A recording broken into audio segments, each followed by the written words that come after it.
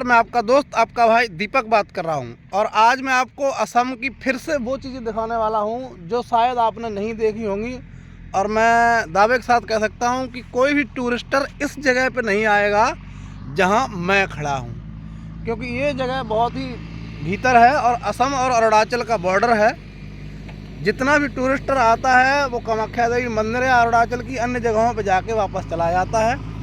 ऐसी दुर्लभ जगहों पे वो नहीं आते हैं क्योंकि यहाँ तक आने के लिए उनके पास टाइम नहीं होता है और ऐसी जगहों पर परिवहन की भी सुविधा नहीं होती है। जेसीबी जा रही है, मतलब ये है कि यहाँ क्रेशर लगा हुआ है, नदी से निकाल के पत्थर और मिट्टी उसकी रोड़ी बनती है क्रेशर से, उसके बाद वो कंपनी में काम के लिए लगती है। आपको एक अच्छी चीज़ दिखाने वाला हूँ। ये शायद आपने देखा तो होगा, क्यों नहीं देखा होगा, ये तो होता ही है पनीले क्षेत्रों में। इसे पहचानते हैं?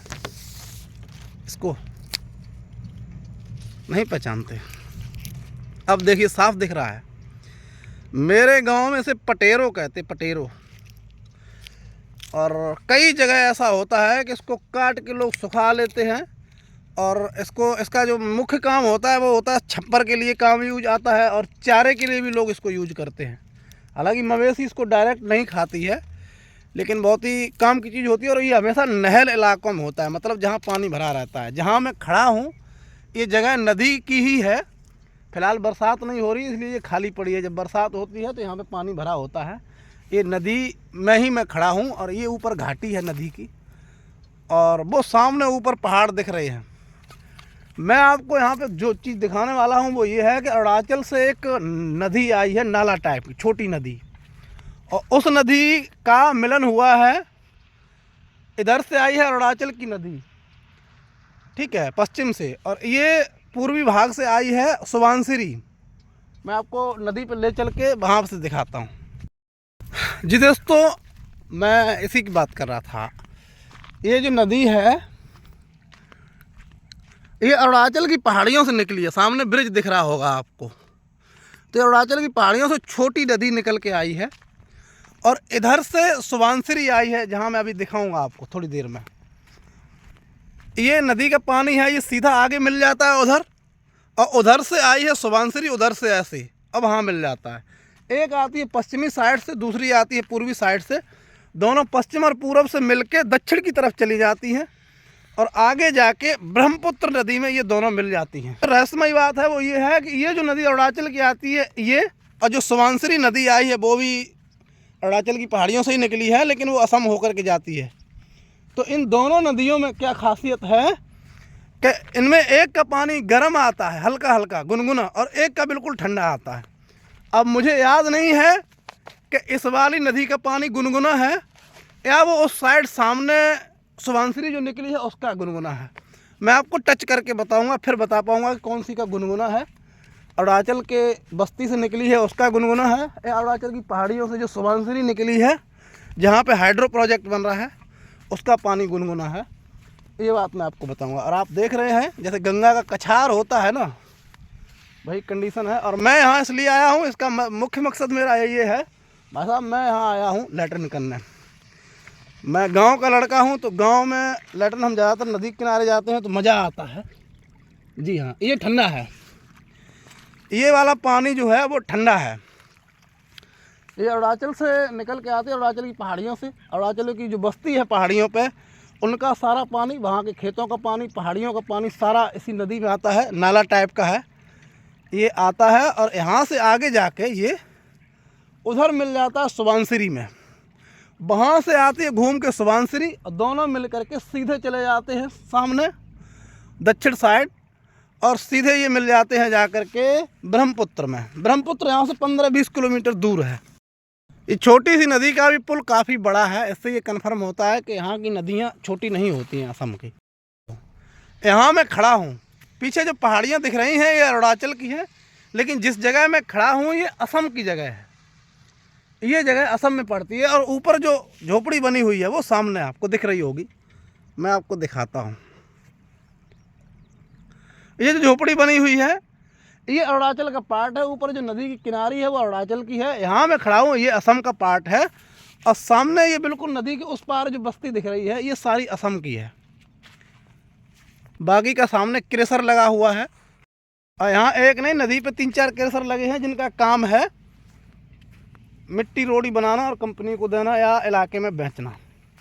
इनकी अपनी रॉयल्टी होगी, क्या होगी मैं उसके बारे में नहीं जानता हूँ और उसकी मैं बात नहीं करना चाहूँगा। बाकी नदी के किनारे मज़ा आ रहा है। असल बात यह है कि आप नदी को मत देखिए, सामने जो मैं खड़ा हूँ यहाँ से मात्र 500 मीटर दूर पहाड़ियाँ भी हैं और इन्हीं पहाड़ियों के बगल में हमारा कैंप है जहाँ मैं रहता हूँ। यहाँ तो मैं लैट्रिन करने आया हूँ, सीधी बात है।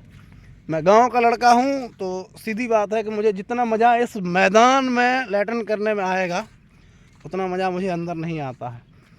कोई लोग ये ना कहने लगना कि तुम गंदगी फैला रहे हो या ये कर रहे हो वो कर रहे हो। यहाँ मैं अकेला आया हूँ और ये बहुत बड़ा इलाका है।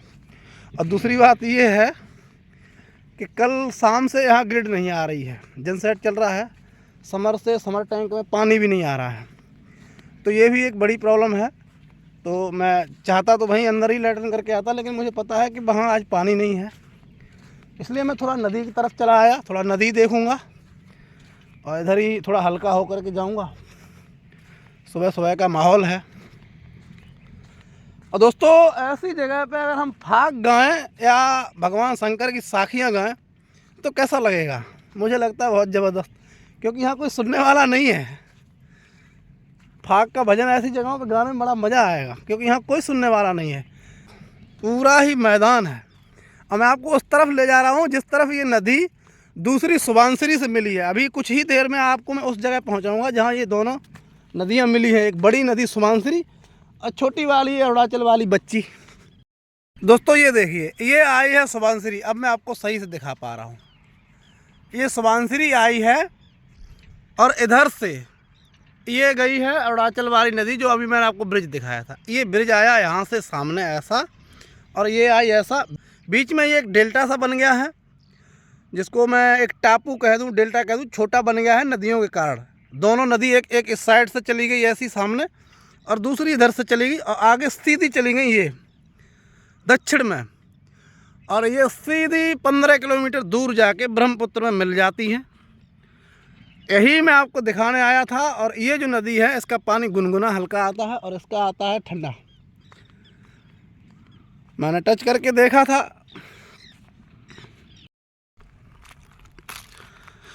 दोस्तों ये ब्लॉग का अंतिम पार्ट है और अब मैं जा रहा हूँ रूम। दोस्तों वीडियो स्किप मत करना, मैं आपको और भी कुछ चीज़ें दिखाने वाला हूँ। अगर आप साथ बने रहेंगे तो ज़रूर दिखाऊंगा। थोड़ी ही देर में मैं इस मकान के पास पहुँचने वाला हूँ जो अरुणाचल के तरीके से बना हुआ है, लकड़ी का है।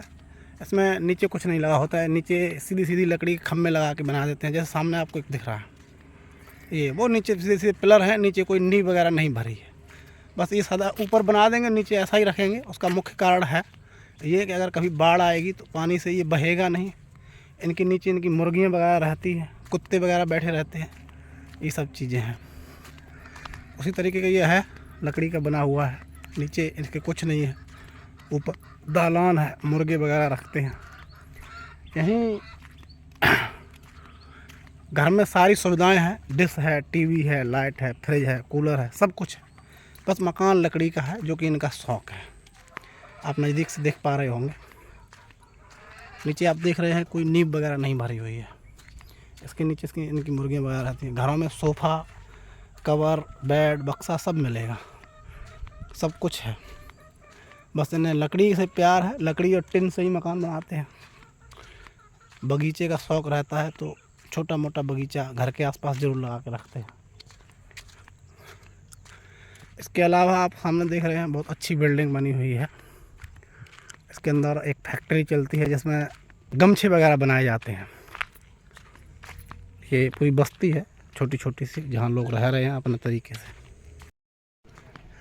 ये अरुणाचल की बस्ती है। मैंने आपको बताया था कि जिस नदी पे मैं था यहाँ से मात्र 200 मीटर दूर, जो कि असम में थी, और ये जो बस्ती है ये अरुणाचल की है। और मैं पब्लिकली प्लेस में कभी वीडियो नहीं बनाता हूँ, इसलिए धीरे धीरे बोल रहा हूँ, आवाज़ मेरी स्लो है, इसलिए ज़्यादा रिमाइंड मत लेना। लेकिन मैं आपको एक चीज़ दिखाऊंगा। एक चीज़ और आपको बता दूं कि यहाँ शराब की दुकानें इतनी ज़्यादा होती हैं ना, हर 100 मीटर पे शराब की दुकान होती है। कुल मिला के ये बस्ती बहुत छोटी है, मेरे ख्याल से टोटल अगर हम मिलाएंगे तो आसपास के 150-200 घर होंगे। और इतने बीच में यहाँ 4 शराब की दुकानें हैं एक बंद हो गई है, उसके बावजूद भी अभी 4 बची हुई हैं, पहले 5 थी। सामने ये लिखा हुआ है टीजी वाइन शॉप, तो ये वाइन शॉप है। और उसके सामने जो रेड कार खड़ी है वहाँ पे भी वाइन शॉप है। ये किसी आदमी ने ढंग का पैसा कमाया है तो बहुत बड़ा मकान बनवाया है, और ये क्रेशर चलाता है, क्रेशर का मालिक है, तो इसलिए इसके पास इतना पैसा है कि इसने 1 करोड़ 2 करोड़ रुपया गांव में ही लगा दिया, गांव में मकान बनवाया है। इस तरीके के बाड़े होते हैं, और बाड़े में असमिस आदिवासी सूअर पालते हैं। आप देख नहीं पा रहे होंगे, देखो शायद इधर से देखिए, ये देखो ये देखो ये देखो, है ना सूअर। तो ऐसे अपना सूअर वूअर ये रखते हैं, और उनके लिए कैंटीन मैस से बचा हुआ खाना लेके आते हैं। ये कटहल का पेड़ है, यहाँ हर 10 मीटर पे एक कटहल का पेड़ आपको मिल जाएगा।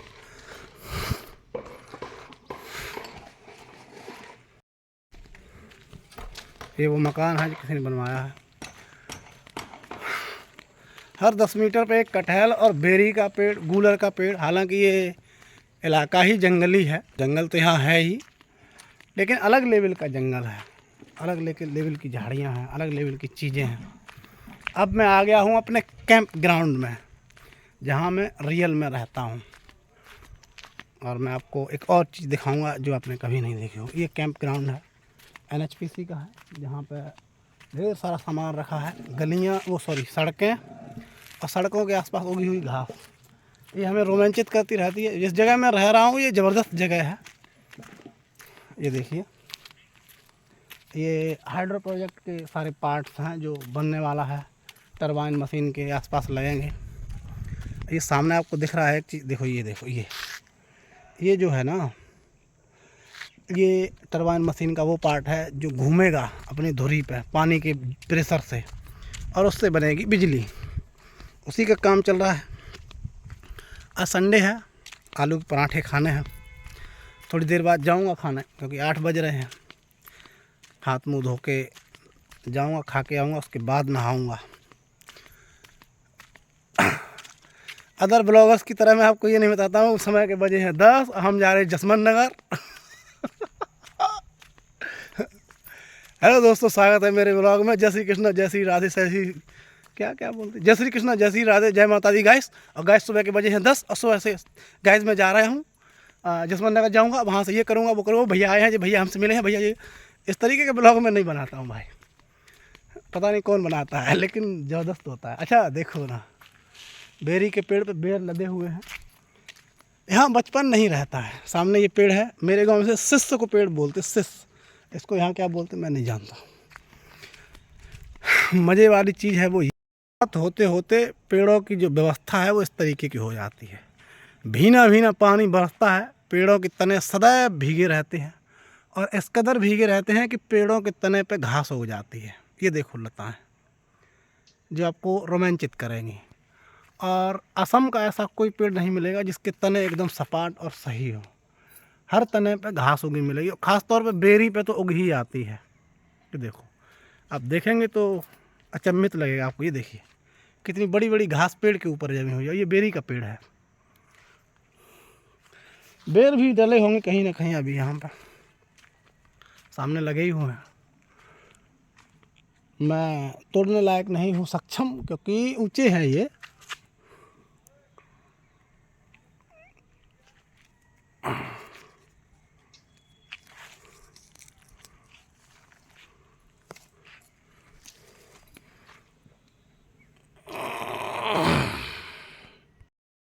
क्या ज़बरदस्त बनावट है। नीचे से देखो, अपने हिसाब से ही चल रहा है, और दिखने में भी अच्छा लग रहा है। और ये है भी अच्छी जगह, बिल्डिंग के पीछे बना हुआ है, बना नहीं है, उगा हुआ है। तो ऐसी चीज़ें हम आपको दिखाते रहेंगे। मिलेंगे कभी फिर किसी फिर ब्लॉग में। मैंने आपको बताया था कोई पेड़ ऐसा नहीं होता जिस पर घास ना उगे, क्योंकि पेड़ों के तने भीने रहते हैं। लेकिन दुर्भाग्य इस बात का है कि इन पेड़ों पे कभी बच्चे नहीं चढ़ते हैं।